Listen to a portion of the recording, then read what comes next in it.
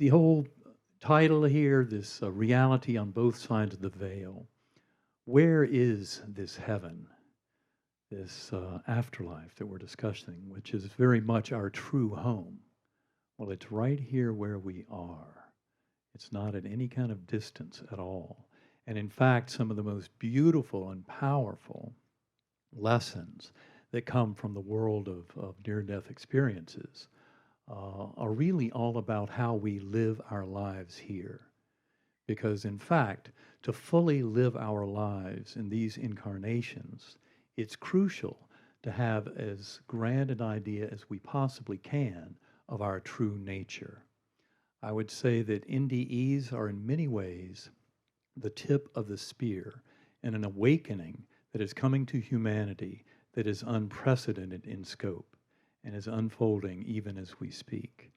I want to share with you my own personal journey because, in many ways, what I've come to realize is my own life and understanding, and going from being a neurosurgeon who fully bought into the kind of materialist science of our conventional scientific teachings before my coma, came to realize that, in fact, over the very issue of consciousness itself and the mind-body discussion, all of our understanding of reality is shifting dramatically.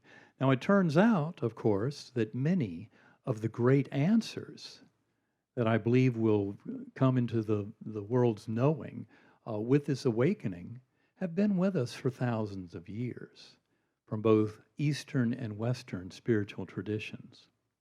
An interesting fact about all this is one of the great catalysts that is actually pushing humanity towards this awakening is science itself. As we come to fully appreciate the message delivered from the universe, given to us through the nature of studies of the very small, the very fabric of reality in the experiments of quantum mechanics, what is revealed is that we are one with the universe. Our very consciousness is the self-awareness of the universe. We are all completely interconnected as one, not just as human beings, but with all of life, and not only through this planet, but throughout the universe.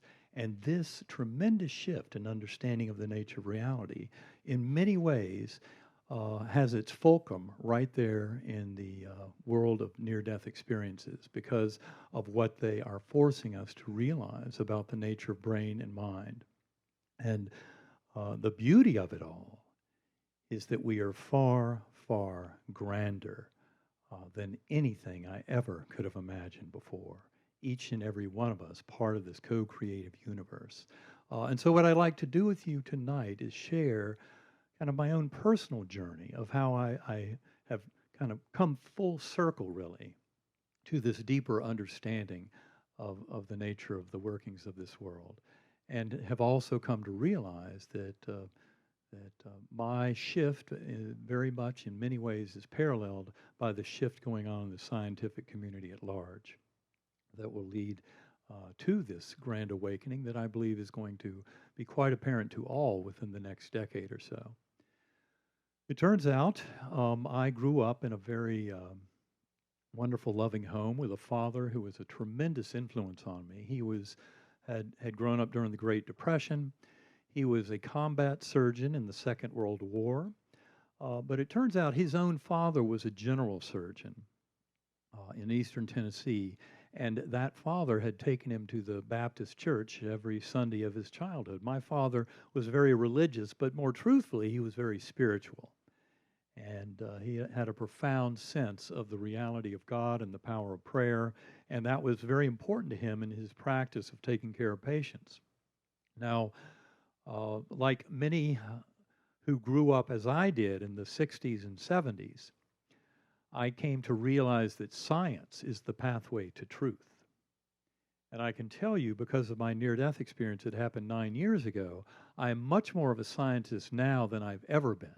But I also realize fully that reductive materialist science, the conventional teachings of science that is currently kind of the mainstream version of the nature of the scientific workings of the world, based in materialism, that the material world is all that exists, is completely false. And it's actually astonishing when you look at the whole development of it, that it wasn't put on the chopping block half a century ago. And again, a lot of this gift is through the deeper understanding of quantum physics and what that is trying to tell us about the mind-body relationship. But it's taken us a longer time than one might expect to get to this truth, but it is coming on us very quickly. Now, I fully believed, based on my training and working, I was at Duke Medical School, finished 1980, then spent more than 15 years at Harvard Medical School where I taught neurosurgery, did a lot of research, thought I had some idea of how the brain, mind, and consciousness work.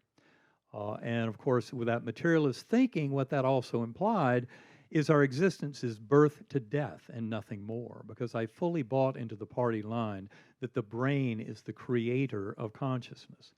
Now, never mind that nobody seemed to have any idea how that might actually work. We all just figured we had to work harder, do more studies and research, and sooner or later it would become apparent. But it's become very clear to me that part of the problem is when you go back and look at kind of the last, say, 3,000 years or so of human thinking and evolution of our understanding of the nature of reality, and then you take the 400 years of what I often call the turbulent adolescence, that is the scientific revolution that's been coming on us. You got to remember that when that revolution started, if those who were interested in the workings of the natural world strayed too far into the realm of mind or consciousness, they were treading on the sacred ground of the church, and they risked being burned at the stake.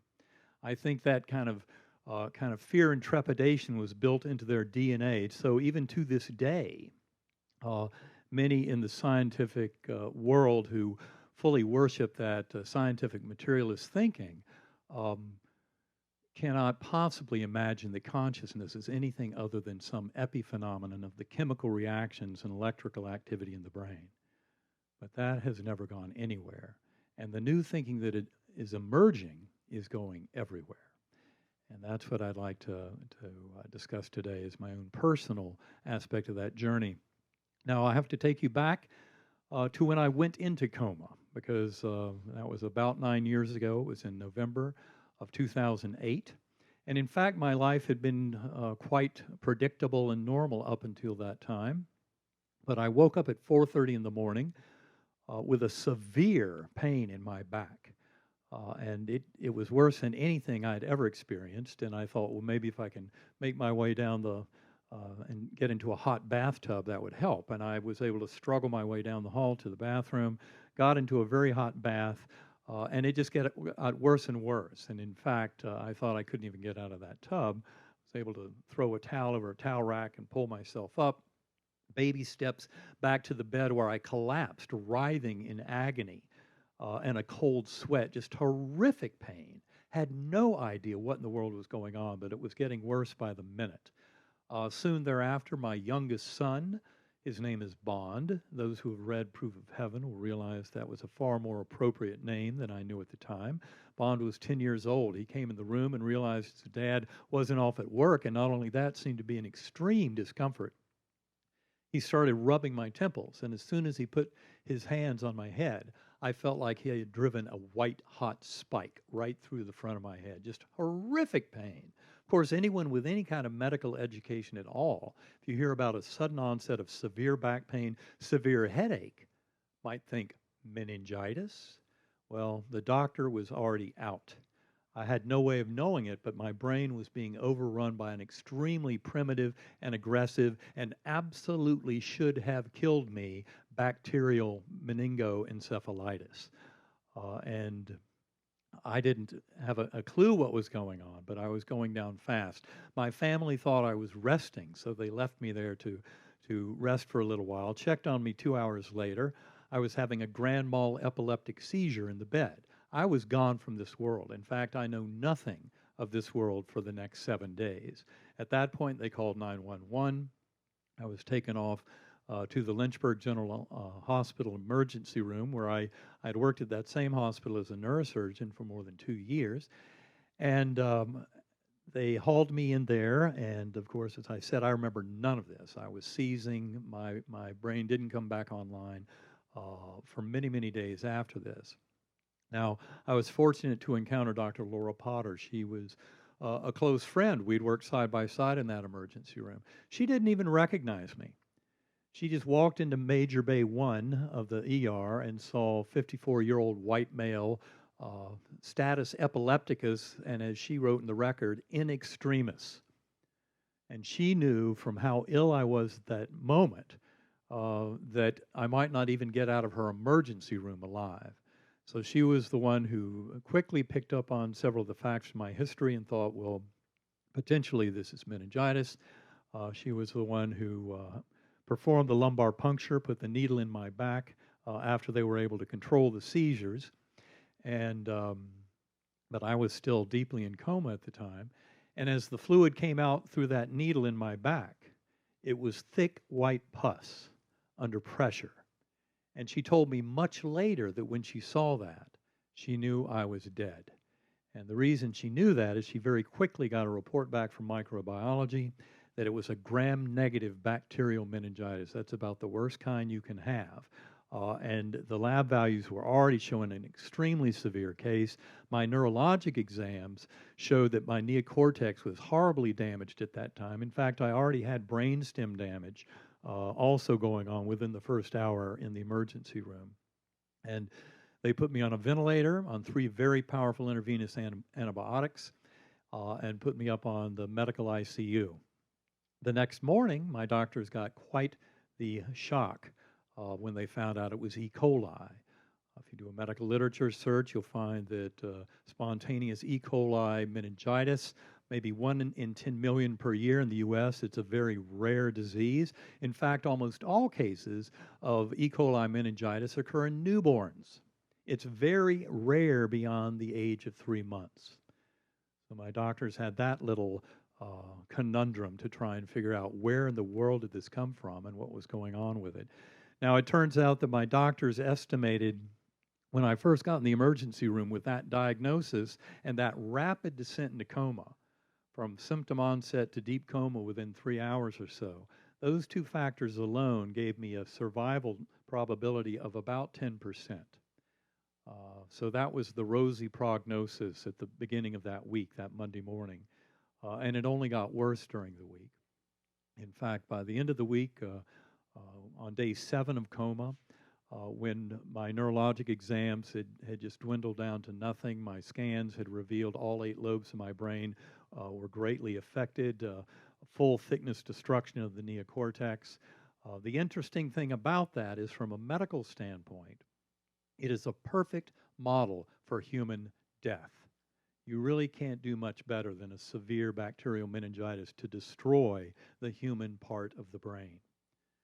And I promise you, the very fact that I am able to put more than 2 words together and have any kind of interaction with this world is, frankly, an absolute miracle. Of course, that was something that took me a long time to realize as I came out of all this, but getting a little bit ahead of myself. So on that last Sunday morning, when they told my family I'd gone from a 10% probability of survival down to 2%, they also attached to that 2% survival statistic that if that were the case, what it really meant was a month or 2 in hospital, transfer to a nursing home in coma, where I would die a few months later. So my doctors were recommending stopping the antibiotics and letting nature take its course. Now, it turns out it was a few hours after that I started coming back to this world. But when I did, my doctors were absolutely right. My brain was completely savaged by this illness. In fact, when I was first coming to in that ICU bed on that Sunday afternoon,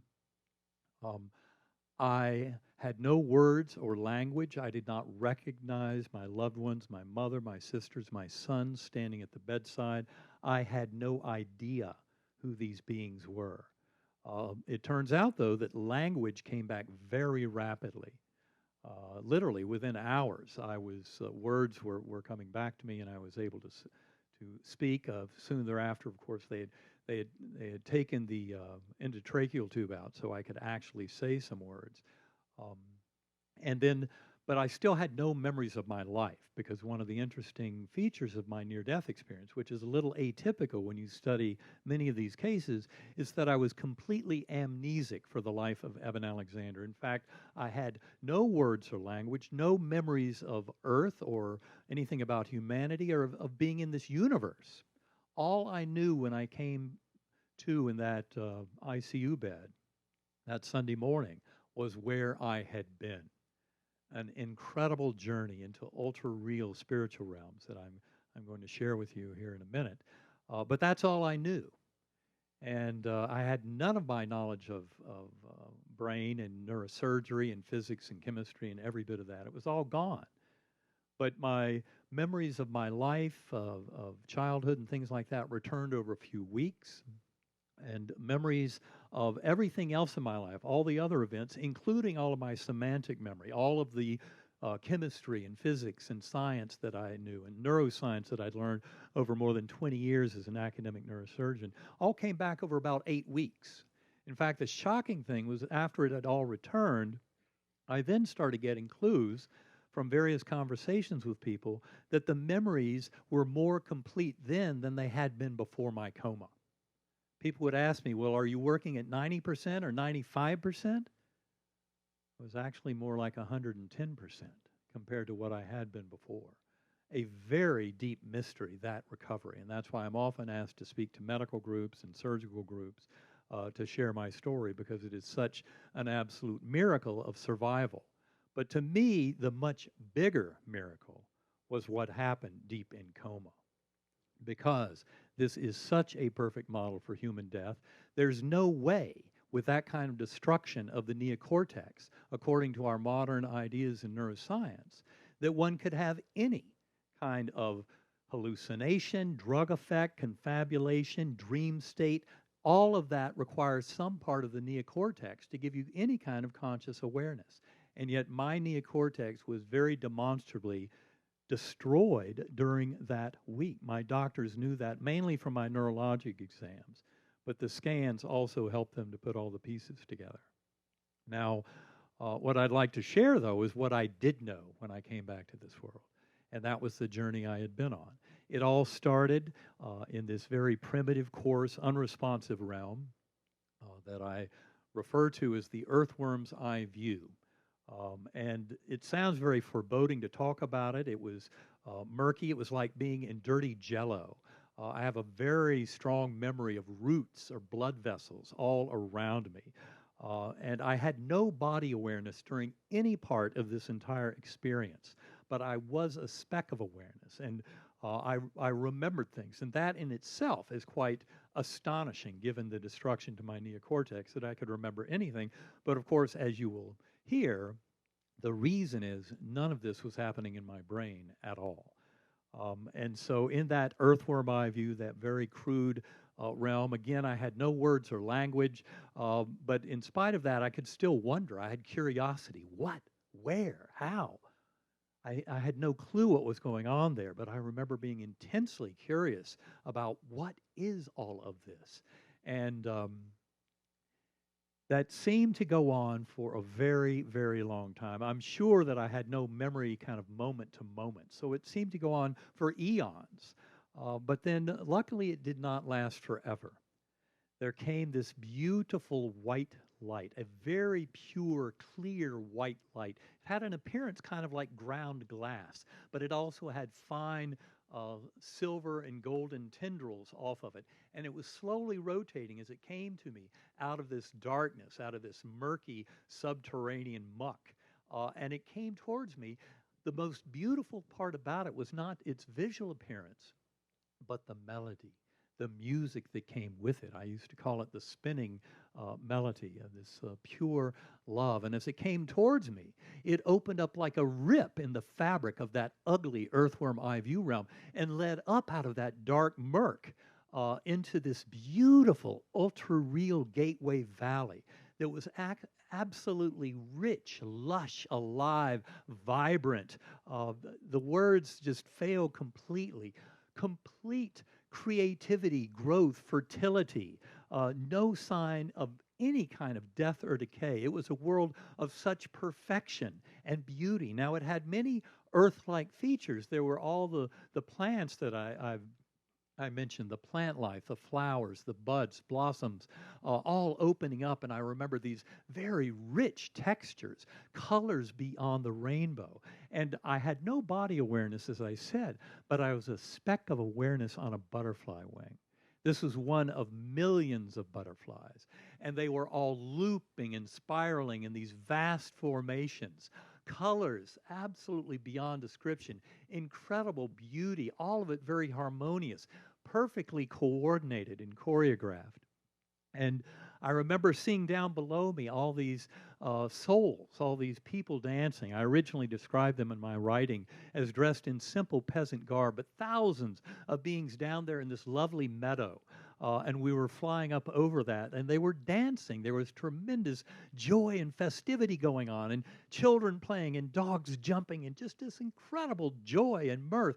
And it was all being fired because up above, against this blue-black velvety sky, were these golden orbs of light, leaving sparkling trails of golden dust as they traversed, all lit with these beautiful clouds of billowing color. And these swooping orbs of light, as I came to describe it many weeks later when I came back to this world, I called them angelic choirs. And they were emanating chants and anthems and hymns that would just thunder through me, and just this incredible, awesome beauty and joy, comfort and love beyond any possible words. Now, the best part about it was that I wasn't alone. There was a beautiful girl on the butterfly wing. Didn't get any better than that. And I'll never forget the way she looked at me with this perfectly loving smile, sparkling blue eyes, high cheekbones, soft brown hair framing a beautiful face. And she looked at me with a smile of pure love. She never said a word. She didn't have to. Her thoughts came directly into my awareness. Now, of course, this was not in words, but later on, I converted those thoughts into words as I was recording it all. And the message coming from her, and I believe this is the most central aspect of the message that my NDE is to bring to this world, because it really is for all of us. We all are connected as one. That message, I cannot tell you how beautiful and relieving it was. You are deeply cherished and loved forever. You will be taken care of. You have absolutely nothing to fear. Now, the other thing she told me at that time was, you can do no wrong. And with that message, it was very clear about how this is really soul school. I mean, there was so much packaged in these concepts that flowed into me, but the do no wrong had a lot to do with realizing that all is well, that this world is perfect in so many ways, but we need to be able to step back and see the bigger picture of what this all involves. And of course, I often talk about how I've come since my journey to realize that the hardships in life are actually the gifts. They are what allow the growth of our soul. And in many ways, that's what that message, you can do no wrong, had to do with. If I was willing to learn the lessons of every bit of what goes on in this lifetime, that is what allows us to live, make choices that are choices of love, of unconditional love for ourselves and for others, and to serve as a conduit for that love, and to show acceptance and mercy and forgiveness, but above all, that infinite healing power of unconditional love. And that message to me from this beautiful girl is the greatest gift of all of my existence. Now, on that butterfly wing, I also remember this perfect breeze that blew through. And that was my first knowing of the power and awe and majesty and beautiful infinite love of the creative source of all of this universe, that deity. And that just blew through me, this soft, perfect summer breeze. And it was my first knowing of that oneness with the divine. And from that moment on, I remember seeing all of what I could see as that realm and the lower realms that I had come from. And this includes that our four-dimensional space-time. All of that was collapsing down, collapsing. And even deep time, there's a whole different ordering of temporal causality in those realms. Earth time is very much completely subservient to the drama unfolding here, whereas a much deeper causality and sense of kind of purpose and direction in our existence and in the growth of all of consciousness throughout the universe occurs in that spiritual realm, in that Gateway Valley and beyond. There were several other levels. As I saw all of that collapsing down and ascending through higher and higher dimensions of space and time, finally getting into what I call the core. Infinite inky blackness, filled to overflowing with the infinite healing power of unconditional love and the presence of that divinity and that pure oneness. Now, it turns out that words fail completely in describing that oneness realm. Even to say we are part of this oneness is obviously a ridiculous statement. We are the oneness. We are that God. We are one with it all. And in that oneness and pure consciousness, in the midst of pure eternity, infinity, and infinite dimensional spatial extent, we become all that is. And this is such a beautiful gift. In that core realm, it was made very clear that I would be taught many things, but that was not where I would stay. Now, when I say the teachings in the core realm, it's important to point out, I often liken it to the only way to make any kind of sense of it is a metaphor. It's like being on the edge of a black hole, of the event horizon, where one oscillates from the pure oneness and all of eternity, infinity, where there is no division of anything, to that edge where you start to see how all of this universe forms up and out of that oneness and that purity. And in that core realm, I was taught many things, but and that has much to do with so many of the lessons that I teach. But the interesting thing was that in that core realm, I would then, without any explanation, tumble right back down to that earthworm eye view, to that very primitive, coarse, unresponsive realm where it all began.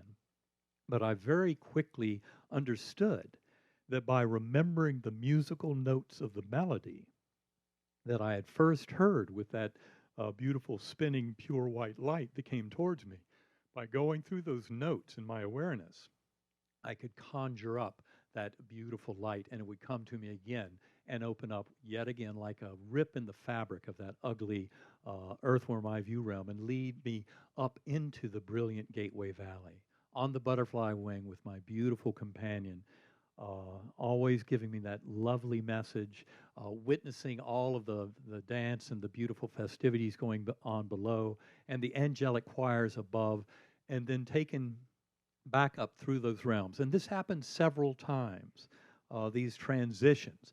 The important thing to point out is that music, vibration, frequency was always the engine that allowed me to traverse those realms.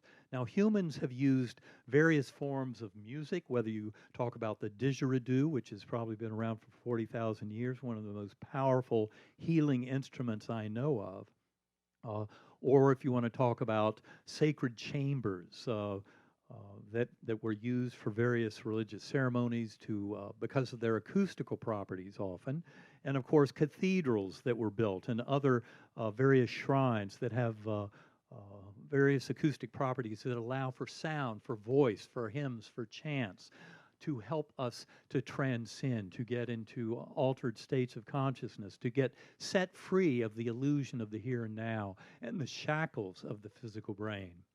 Because as we come to realize that the brain is not the creator of consciousness, which is where all of the scientific world is headed now, we come to realize that we are all part of that one universal consciousness, that infinite power that many would call God. Now, when I came back to this world, it was very clear to me that that power that I had encountered, I felt that the word God was a puny little human word that had far too much baggage.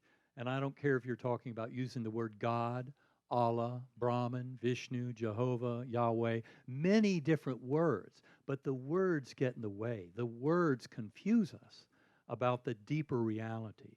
Something I came to realize is the mystical traditions of all of the great faiths, whether you're talking about the Abrahamic faiths, Kabbalism, Jewish mysticism, Sufism, Islamic mysticism, Christian mysticism, or you're talking about Hinduism, Shintoism, Zoroastrianism, Buddhism, they all have at their core this notion of a connection, that our consciousness, our soul, is deeply connected with the creative source of this universe. And in fact, that source has infinite love as its power.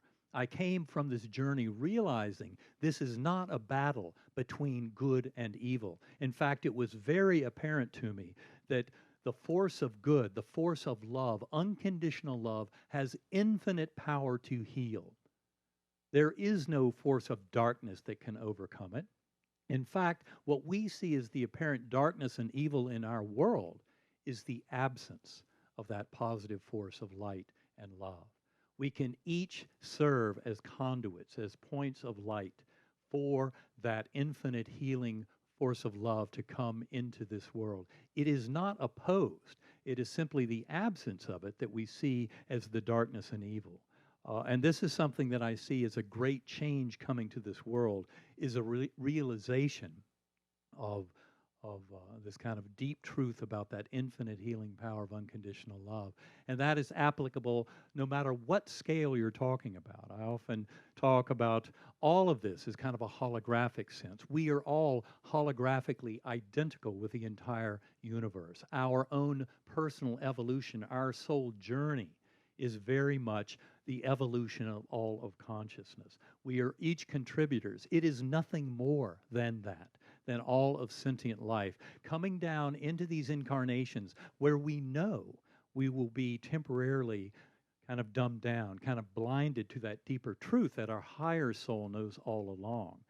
And we do this through multiple incarnations. There's absolutely no way to make sense of this with my traditional Christian upbringing that's in a Methodist church that basically told me you live one incarnation, then eternal heaven or hell. Well, it was crystal clear from this journey that consciousness is not created by the brain at all. So consciousness is eternal.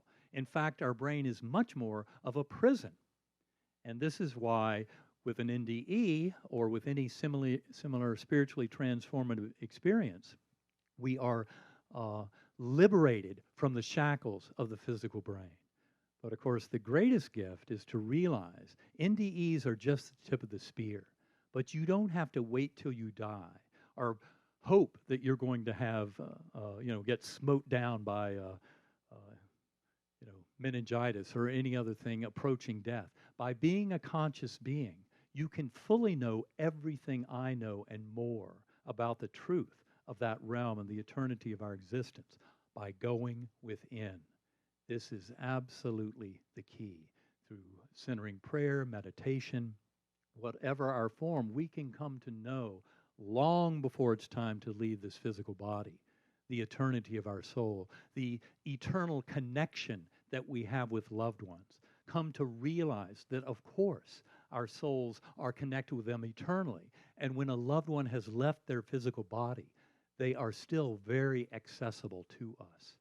And they often, one of the greatest gifts, which I've heard hundreds of times from people in giving talks around this world, one of the greatest gifts that people often receive from a loved one who has left this world is an absolute assurance that that connection is ongoing and that our souls are eternal.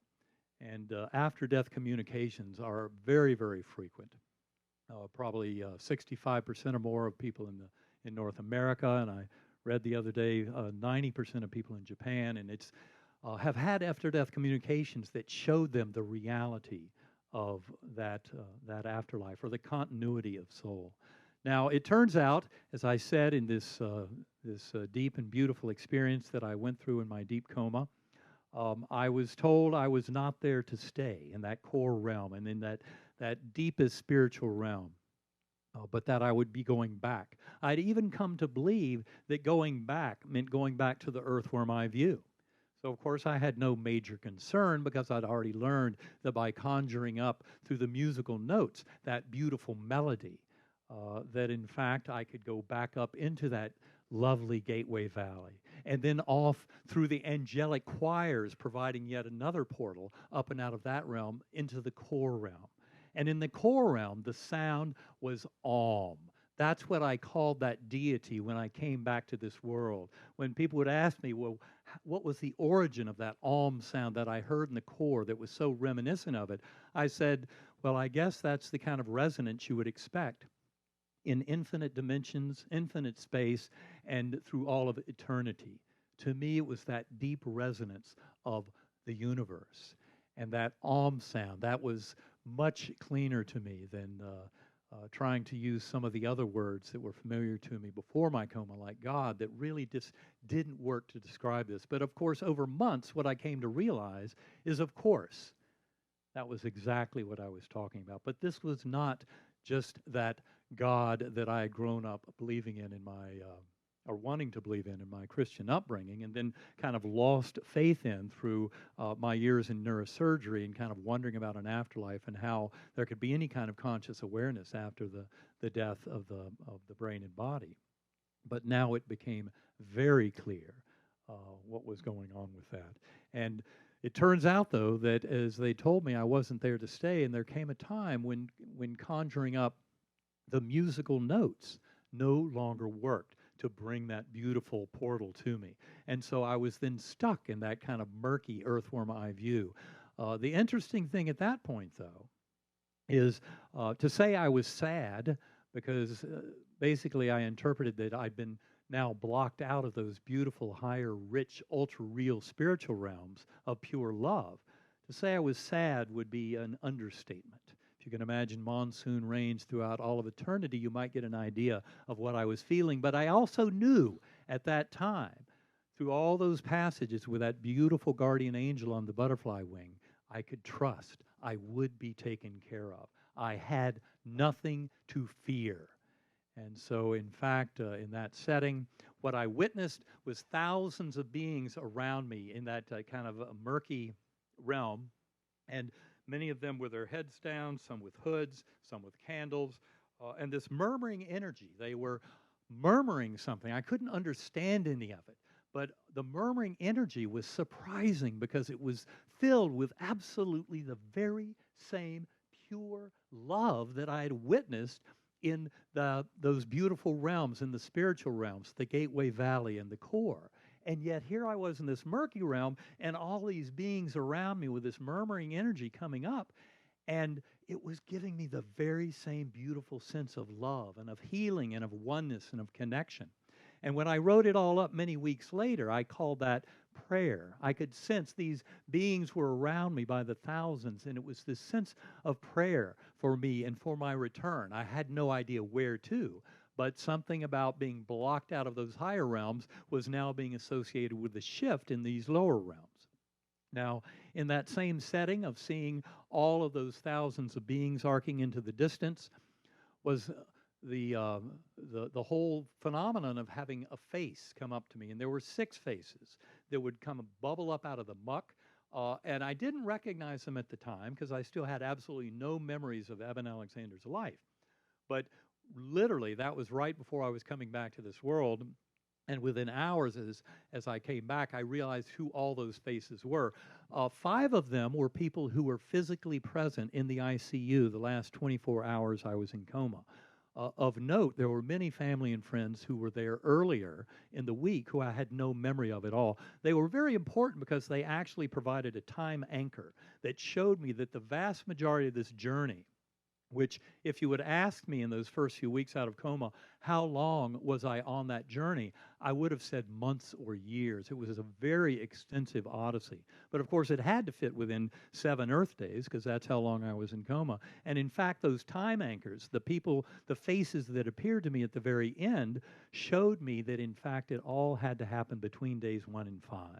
And the reason that was so important was because during that entire period, my doctors had the evidence from my neurologic exams and from my scans and lab values that my neocortex was far too damaged to have conjured up anything, much less a far more vibrant, rich, alive, and ultra-real experience than I had ever witnessed in my entire existence. Now, one of those faces that I saw was not of someone present, but it was someone who I knew very well. And it was a woman named Susan Renches. It turns out that she was never within 120 miles of my ICU bed, but she was a family friend. She had written a book called Third Eye Open because she was channeling and healing people. She had worked a lot with coma patients, and many of her coma patients had gone on to die, but some of them had recovered and done well. And she told me much later that the biggest shock to her is when she got to me in that channeling on nights 4 and 5 of my coma.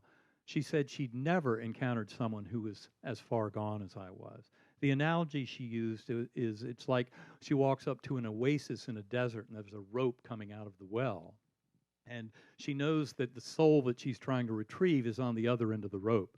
And she told me later that as she was channeling to me and went up to the rope and pulled on it, it's like there was nobody left on the other end.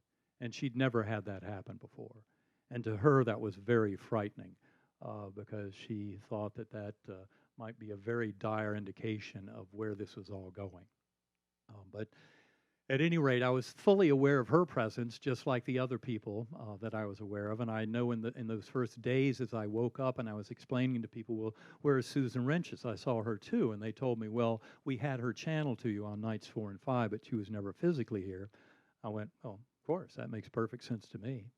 In that realm, it's all where we are. It's all local. We're never separate in any way, which is such a beautiful aspect of it. Now, it turns out, though, that it was the 6th phase that really got my attention. During much of this journey, as I told you, I had no fear. Part of being fearless was the fact that I had no memory of my earthly existence. So I had no responsibility, no connection to any other soul. I know there were many times during this journey where I thought, well, this can all continue or it can cease. It does not matter. And that's why the 6th phase was terrifying. It was the face of a 10-year-old boy. And it turns out that that was that Sunday morning. And they had protected Bond from most of the bad news during that week. But on that Sunday morning, they didn't shoo him away well enough. And he hung around outside the room. And he overheard the doctors saying that there was no sign of recovery, that my nervous system was absolutely shot. And they were recommending stopping the antibiotics and letting nature take its course. And when he heard that, he knew it was bad news. And so he ran down the hallway into ICU bed 10, and he pulled open my eyelids. They were taped shut. He pulled them open, and one eye looking up here, one eye down there, both pupils blown. Those of you in medicine know that's not a pretty picture. I promise you, I did not see him with my eyes. I did not hear him with my ears. But he was pleading with me, Daddy, you're going to be okay. Daddy, you're going to be okay. Daddy, you're going to be okay, as if somehow that would make it so. And that was what brought such terror to my heart, because all of a sudden I realized it all matters. I had a tremendous responsibility to another soul. I had no idea who it was, but I sensed this incredible connection to him. And so, in fact, it was the hardest struggle of anything I can ever remember in all of my existence. Crawling up and out of there, it was like being in a gravel pit, trying to climb out, and every time I'd reach up, everything would collapse in on top of me. It was impossible to come back, but it was impossible not to come back. I had to do it. And so that is what forced me to come back to this world, was my love, my sense of connection for this other soul, a responsibility to him. And when I first came back to this world, in that, as I told you, my brain was absolutely wrecked, but language came back very rapidly, but no memories, very confused. In fact, for 36 hours after I was extubated and came out of coma, I was in and out of a very insane, paranoid, delusional, psychotic nightmare. And even though it seemed a little more real than a normal nightmare, in the little periods where I would kind of come up and be there present in that ICU before diving back down into the madness, I knew that it was a hallucination. That was completely different from what happened deep in coma. Deep in coma, crystal clear, sharp, absolutely vivid, alive, crisp, meaningful, every bit of it interconnected. The whole reason that so much of that world is described as so difficult to put into words is the fact that our brain is no longer serving as a filter. Our brain is mainly a filter that reduces consciousness down to this tiny little trickle of an illusory apparent here and now. But once we've freed ourselves from that, our conscious awareness is absolutely, it's like drinking from a fire hose. The amount of information, the understanding, the sheer complexity. There were times in that core realm where I would become one with the entire multiverse throughout all of eternity as part of the lesson being taught. And believe me, that is not anything that I can possibly put into words to try and convey. Now, as I did come back to this world, I struggled. I'd never paid any attention to near-death literature. I thought it was all a bunch of nonsense, hallucinations of the dying brain. Who cares? Well, you can bet when I came back to this world, I wanted to read everything I could, learn everything I could about NDEs. They showed me an incredible realm and reality to the true nature of consciousness and existence. And I remember my older son, Eben IV, who was majoring in neuroscience at the time, came home from school 2 days after I got out of the hospital, and he gave me a big hug, and he told me later he felt like there was this beautiful light shining within me, that I was far more present than I'd ever been before. And I remember telling him that morning that it was way too real to be real, which to me meant it had to be a massive hallucination that somehow resulted from destruction of the neocortex. I still didn't remember anything or enough of my knowing of brain-mind consciousness all of that time in neurosurgery. I still didn't even know what my medical records showed, but as I went to the hospital for follow-up visits, went through my medical records, reviewed the scans with my doctors, went through the neurologic exams, quizzed them on this. How in the world could this have happened? And they shared that deep sense of mystery.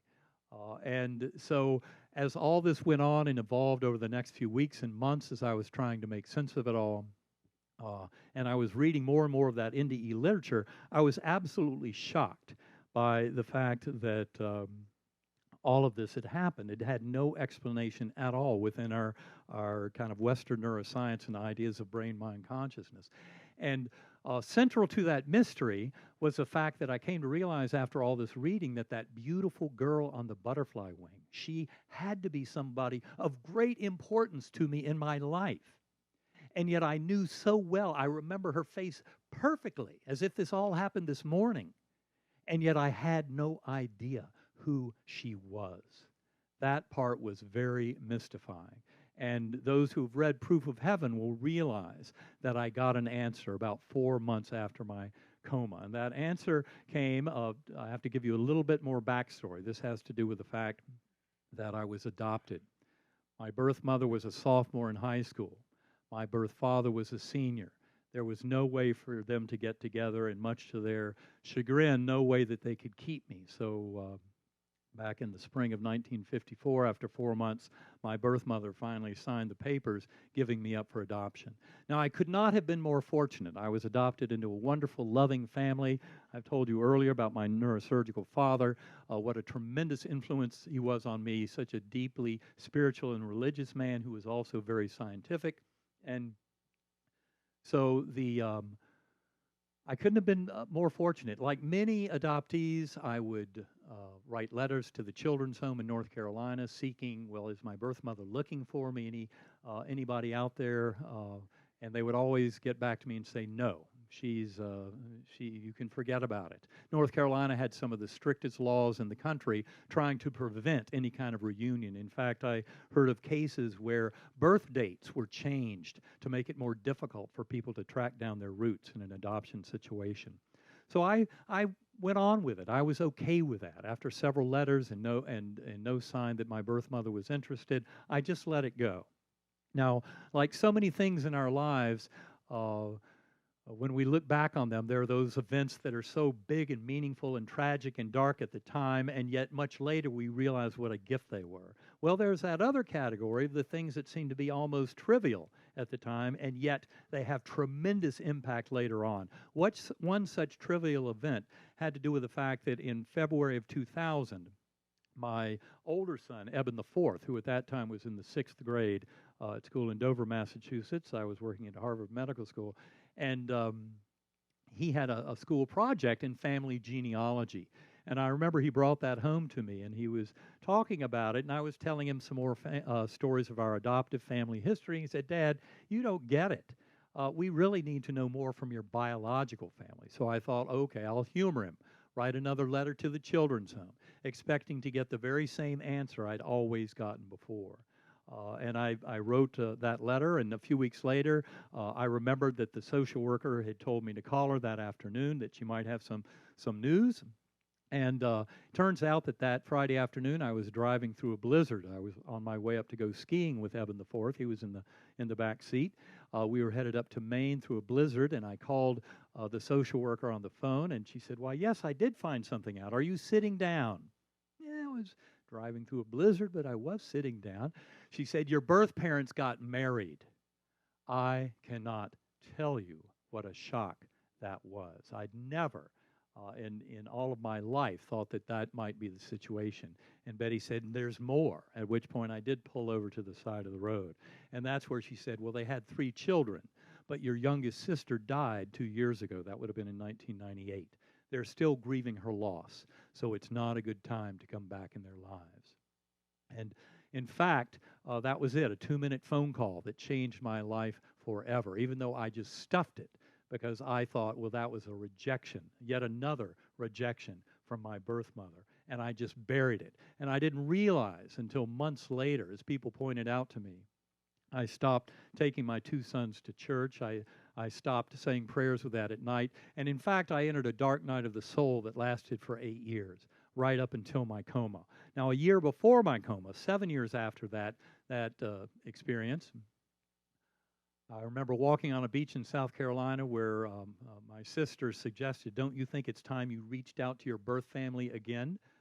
And of course, my first thought was no, because I remembered how that had kind of kicked me over the edge of the precipice back in February 2000. But they were right. They could sense that there was a hole within me that I couldn't fill in any other way. I had to at least try. And so I wrote another letter to the children's home. But this time, I got a positive response. "Yes, we would love to meet you." On October 5th, 2007, I walked down a sidewalk in Chapel Hill, North Carolina. And for the first time in 54 years, I was hugging my mother. Minutes later, I was hugging my father. The next day, I hugged my brother and sister. And in months after that, I met my birth uncles and aunts and other extended family. They got to know my adoptive family very well. But I would say that reunion, for all of its beauty, to me was always bittersweet. Because in fact, I wanted to know so much more about that beautiful sister. And yet, they were still grieving her loss and not really sharing very much about all of that. I wanted to know so much more, but I felt like I was kind of treading on sacred ground in trying to visit that. But I do remember that my sister Kathy promised to one day send me a picture of Betsy. And in fact, she did. That picture arrived 4 months after I came out of coma. And I remember taking that picture out of the envelope, and she had emblazoned this beautiful poem across it. The poem is there in the book Proof of Heaven towards the end. It's called "When Tomorrow Starts Without Me" by David Romano. It's a beautiful, beautiful poem. And as I read it, tears just filled my eyes, and I remember I just collapsed on the floor, sobbing in agony over this incredible loss of this beautiful sister. And it was just such a tragedy. just knowing that I'd never known her, never even known of her while she walked this earth. And I remember putting that picture up on the dresser, and then the next morning, I was sitting in that same room, and I was reading a book by Elizabeth Kubler-Ross, Life After Death. And she has a beautiful story in there of a 13-year-old girl who was deep in coma, very ill, almost died. And in this, she had a profound near-death experience. And in that experience, she was welcomed to those beautiful heavenly realms by her brother. And he helped to usher her around and get her to know everything about what was going on there. She felt that infinite healing power of love of that God, that indescribable source that was all through that realm. And he helped her to make a decision about whether or not to come back to this world. And she did choose to return. And as she did so, she came back, and she was recovering from her coma and from her illness. And when she finally had her head together enough to talk about it, she was talking with her father and said, "But I don't understand. I don't have a brother." And he said, "Well, you did, but he died 3 months before you were born, so we never told you about him." That's when I looked up on my dresser at that picture I had just received the day before, and I recognized that beautiful girl on the butterfly wing. And I cannot tell you how powerful and profound and world-changing that experience was for me, because it's almost like she was looking at me as if to say, "Do you finally get it?" Yes, Betsy, I'm finally getting it. Thank you very much for your attention. God bless you all.